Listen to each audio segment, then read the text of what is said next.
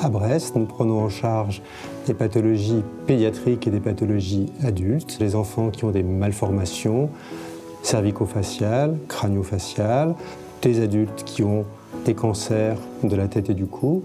Nous prenons en charge des patients qui vont avoir des problèmes d'audition, des problèmes de vertige, des problèmes de thyroïde, des problèmes de glandes salivaires.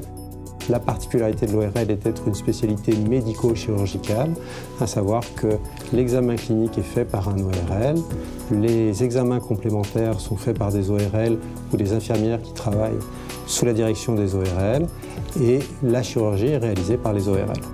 On a développé à Brest l'endoscopie des glandes salivaires, donc toute pathologie des glandes salivaires qui auparavant nécessitait une intervention chirurgicale et nécessitait l'ablation de la glande salivaire, aujourd'hui est traitée par voie endoscopique dans le cadre d'une prise en charge ambulatoire et donc il n'y a plus de cicatrices. Et donc on a développé des chirurgies micro-invasives, on a développé également la chirurgie robotisée.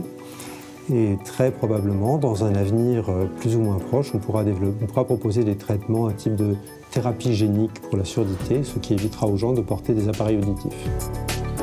On opère les patients qui ont des nodules dans la thyroïde, qui sont soit gênants, soit suspects à l'échographie, soit suspects lorsqu'on leur fait une ponction, pouvant faire évoquer un cancer qui justifie donc d'un geste chirurgical. En ce qui concerne la chirurgie de la thyroïde, le service bénéficie d'innovations technologiques depuis plus de 12 ans maintenant. L'aspect innovant dans cette prise en charge multidisciplinaire de la chirurgie de l'hypophyse est d'avoir donc moins d'effets secondaires pour les patients avec une chirurgie qui va être à la fois de meilleure qualité, plus rapide et moins invasive.